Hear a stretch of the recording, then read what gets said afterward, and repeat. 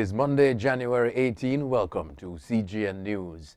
In the run-up to her January 20 inauguration, Kamala Harris says she is proud to be a vice president-elect with roots in the Caribbean. She was speaking at a tribute event on Sunday organized by the Caribbean American Action Network, along with several groups in the Caribbean and the diaspora.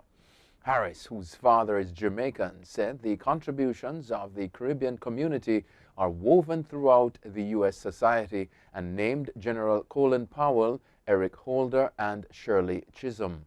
She also recognized the contributions of the diaspora in her success in the November elections. Caribbean performers paid tribute to Harris at the virtual event, which was live-streamed. Haiti braced for a fresh round of widespread protests on the weekend, with the opposition leaders demanding that President Jovenel Moise step down next month. This amid concerns that he's amassing too much power as he enters his second year by rule of decree. André Michel of the opposition coalition Democratic and Popular sector said the priority is to put in place another economic, social and political system. Opposition leaders are demanding Moise's resignation and legislative elections to restart a parliament dissolved a year ago.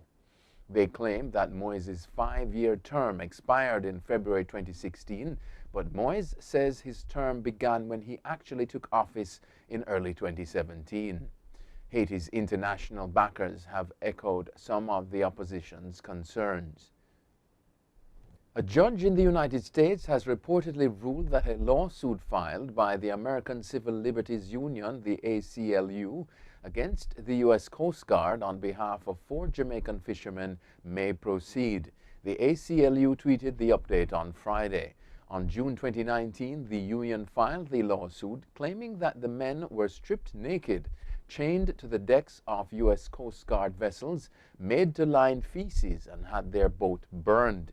The ACLU said the fishermen were also denied the opportunity to contact their families, some of whom thought they had died. Jamaica's Security Minister Dr. Horace Chang said that the local authorities had not been able to confirm reports of inhumane treatment. The statue of U.S. civil rights icon Martin Luther King Jr. was unveiled in Atlanta, Georgia last Thursday. The work by Jamaican sculptor Basil Watson took 2 years to complete. The low-key ceremony was attended by Atlanta Mayor Keisha Lance-Bottoms, who performed the ribbon-cutting honors. The 18-foot-tall bronze sculpture titled Hope Moves Forward is mounted on a marble pedestal and features Dr. King releasing a dove. It is the first artwork of 7 to be erected on Martin Luther King Boulevard, commissioned by the City of Atlanta as part of a MLK Innovation Corridor project. U.S. President-elect Joe Biden's decision to immediately ask Congress to offer legal status to an estimated 11 million people in the country has surprised advocates.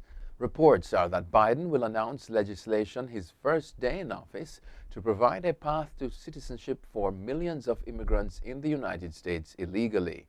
For advocates, memories were fresh of presidential candidate Barack Obama pledging an immigration bill his first year in office in 2009, but not tackling the issue until his second term.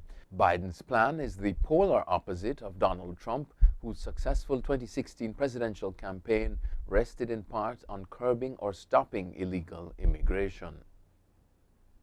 Small groups of protesters gathered on Sunday at statehouses in the U.S. where tensions are high after the deadly riots at the Capitol in Washington.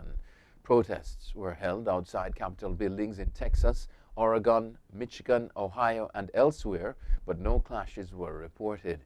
The FBI has warned of armed protests ahead of Wednesday's inauguration, and 25,000 National Guard troops are being deployed to secure Washington. Army Secretary Ryan McCarthy told the Associated Press on Sunday that all Guard members were being vetted because of fears of an insider threat. Also on Sunday, a county official from New Mexico was arrested in connection with the recent riots. Coy Griffin, founder of Cowboys for Trump, vowed to return on Inauguration Day with firearms to embrace his Second Amendment. WhatsApp has extended the deadline by which 2 billion users must either accept its updated terms and conditions or stop using the service. The BBC is reporting that the cutoff date has been moved to May 15 instead of the original deadline of February 8. The company was criticized for sending the notification, which suggested changes to the data it would share with its parent company, Facebook. WhatsApp says there has been, quote, confusion about its message. Since the announcement and notifications went out across its platform, millions of people around the world have downloaded alternative encrypted messaging apps such as Signal and Telegram. Reports out of Norway are that officials have adjusted their advice on who gets the COVID-19 vaccine in light of a small number of deaths in older people. Each doctor will now consider who should be vaccinated. The Norwegian Medicines Agency on Thursday reported a total of 29 people had suffered side effects, 13 of them fatal. All the deaths occurred among patients in nursing homes and all were over the age of 80. The agency listed fever and nausea as side effects which, quote, may have led to the deaths of some frail patients, end quote. Over 30,000 people have received the first shot of the coronavirus vaccine since the end of December. The coronavirus was found on ice cream produced in eastern China, prompting a recall of cartons from the same batch, according to the government. A food company in Taichin, adjacent to Beijing, was sealed and its employees were being tested for the coronavirus, a city government statement said. There was no indication anyone had contracted the virus from the ice cream. The ingredients reportedly included New Zealand milk powder and whey powder from Ukraine. The Chinese government says the disease came from overseas and has highlighted what it says are discoveries of the coronavirus on imported fish and other food. And finally, a Canadian cabin crew refused to fly a group of unruly passengers from Montego Bay to Toronto on Sunday after they were called white trash.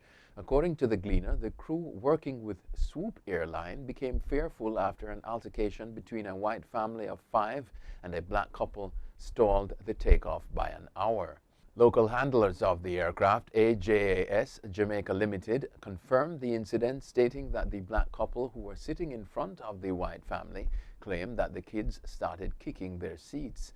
The black couple felt that the parents did not do enough to rein in their kids, which resulted in the intervention of the flight attendants. However, the situation escalated and racial slurs were reportedly hurled at them. All 131 passengers were told to disembark, but they objected and the police were summoned. That's it for CGN News. Thanks for watching.